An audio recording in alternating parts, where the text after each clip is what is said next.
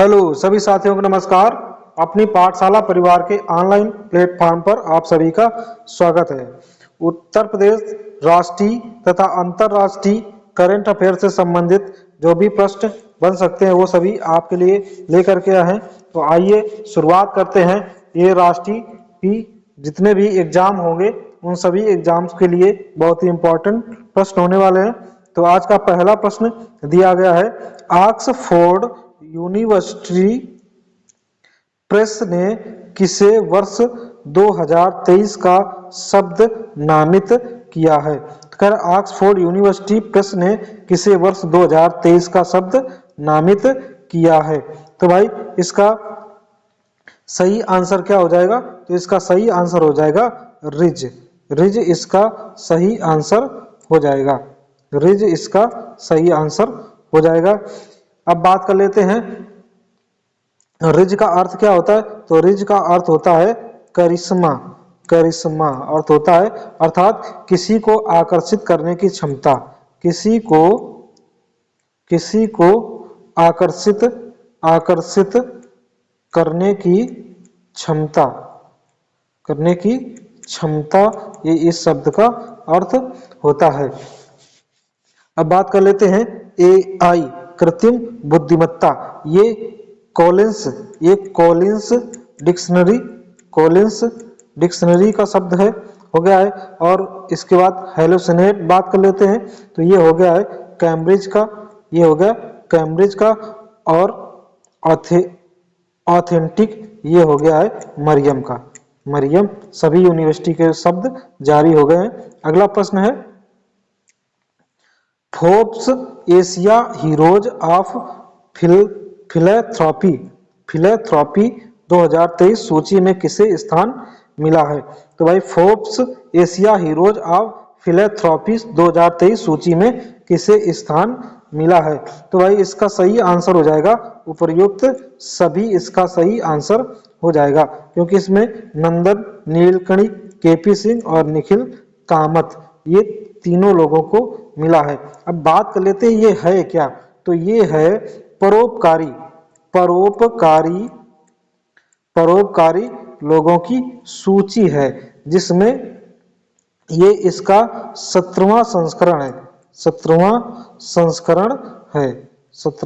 संस्करण है। इसमें 15 परोपकारी लोगों की सूची है। 15 परोपकारी लोगों की सूची है, जिसमें से तीन भारतीय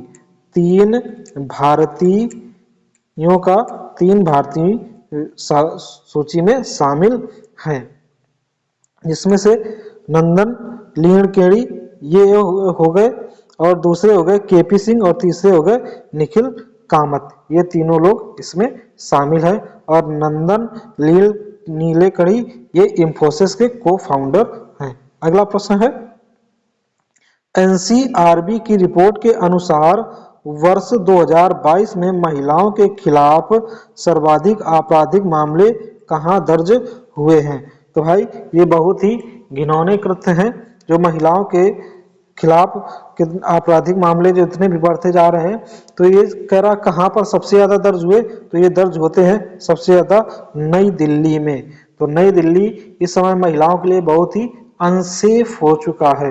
अब बात कर लेते हैं इसके बाद कौन सा, नई दिल्ली के बाद कौन सा रहा? तो नई दिल्ली के बाद उत्तर प्रदेश रहा, और उत्तर प्रदेश के बाद ये महाराष्ट्र राज्य रहा, और महाराष्ट्र के बाद ये राजस्थान राज्य रहा। अब बात कर लेते हैं NCRB की। तो NCRB का फुल फॉर्म होता है national crime report bureau. National crime report bureau इसका फुल फॉर्म हो जाएगा। इसकी स्थापना होती है 1986 को इसकी स्थापना होती है। बात कर लेते हैं 2022 में कितने आपराधिक मुकदमे दर्ज हुए हैं?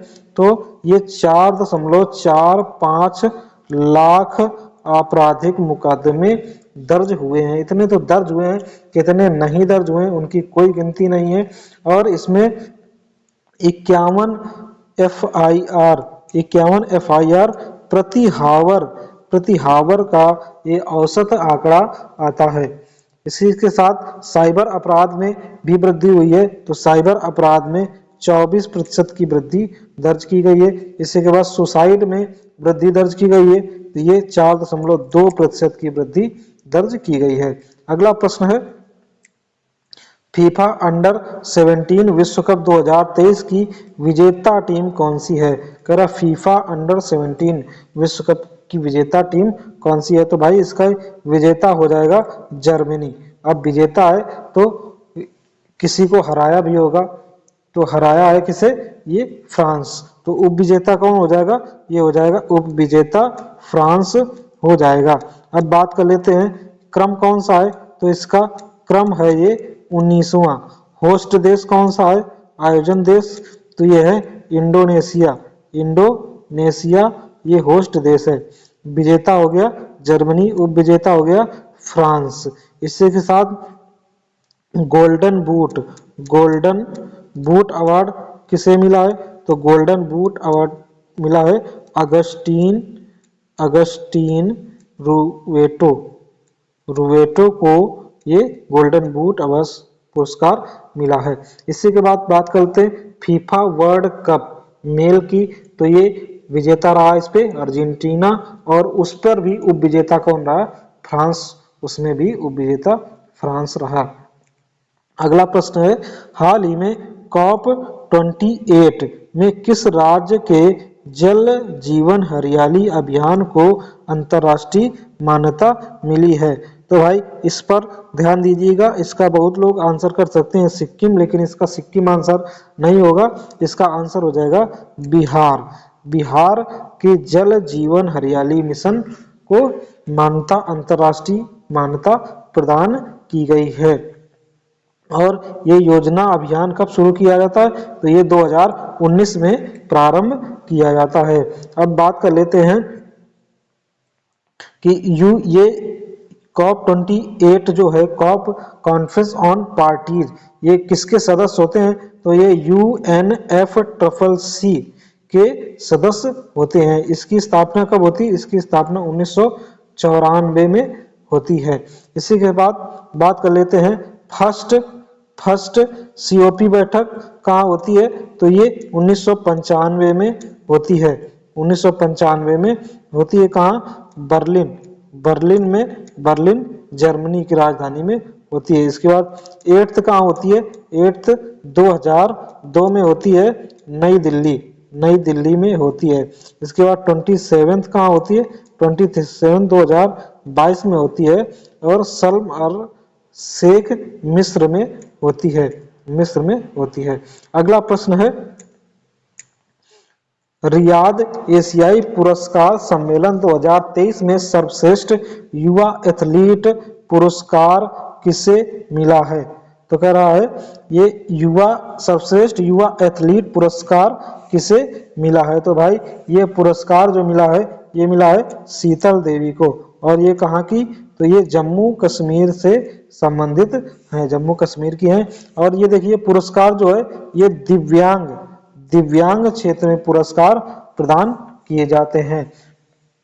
इन्होंने, शीतल देवी ने अभी 19th पैरा एशियन गेम्स में 2 गोल्ड भी जीते हुए हैं। इसमें सर्वश्रेष्ठ टीम का पुरस्कार किसे मिला? तो सर्वश्रेष्ठ टीम का पुरस्कार ईरान को मिला है। अगला प्रश्न है, हाल ही में इंडिया इंटरनेट गवर्नेंस फोरम 2023 कहाँ प्रारंभ हुआ है? कह रहा इंडिया इंटरनेट गवर्नेंस फोरम 2023 कहाँ प्रारंभ हुआ है? तो भाई ये नई दिल्ली के भारत मंडपम में इसकी शुरुआत हुई। इसकी थीम क्या थी? तो इसकी थीम थी मूविंग फॉरवर्ड इसकी थीम थी। इसके बाद क्रम इसका क्या था? तो क्रम इसका था 3rd। क्यों हुआ? बात कर लेते हैं क्यों हुआ आयोजन। तो इंटरनेट संबंधी मुद्दों पर ध्यान आकर्षण और गलत उपयोग न हो, इसलिए इसका आयोजन किया गया। अगला प्रश्न है, हाल ही में भौगोलिक सूचना प्रणाली एप्लीकेशन ग्राम मानचित्र किसने लॉन्च किया है? तो कह रहा है ये किसने लॉन्च किया है? तो भाई ये पंचायती राज्य विभाग, पंचायती राज विभाग ने इसको लॉन्च किया है। ग्राम मानचित्र, ये ग्राम मानचित्र एप्लीकेशन है, ग्राम मानचित्र ये एप्स है, इसे लॉन्च किया गया है। तो पंचायती राज मंत्रालय ने इसे लॉन्च किया है। इसका उद्देश्य क्या है? उद्देश्य है ग्राम पंचायत स्तर पर स्थानीय योजना बनाना, स्थानीय योजना बना करके आप उस क्षेत्र की फोटो भी अपलोड इस पर कर सकते हैं। और इस पर जो भी काम होगा उस पे एम एक्शन का भी ऑप्शन है, जिससे आप अपनी रिपोर्ट देख सकते हैं।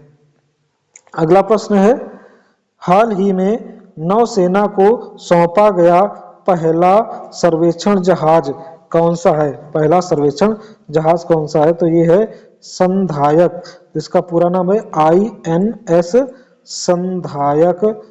संधायक, इसको शामिल किया गया है, ये नेवल कमांड में शामिल हो गया है। इसका निर्माण कहाँ हुआ? तो इसका निर्माण हुआ गार्डन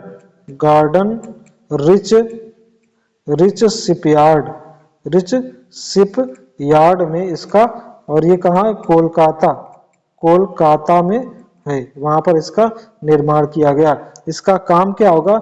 ये सर्वे करेगा किसका? पानी में खनिज और नौवहन मार्ग की खोज और सर्वे करेगा। अगला प्रश्न है, प्रतिवर्ष विश्व मृदा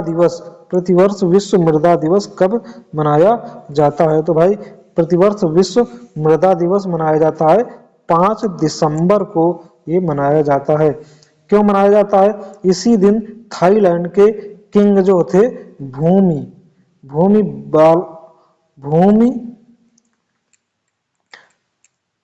बाल का जन्मदिन था, इसलिए उनकी याद में ये विश्व मृदा दिवस मनाया जाता है। पहली बार कब मनाया गया? तो पहली बार ये 2014 में मनाया गया। 2023 की थीम जो है, 2023 की थीम है सॉयल एंड वाटर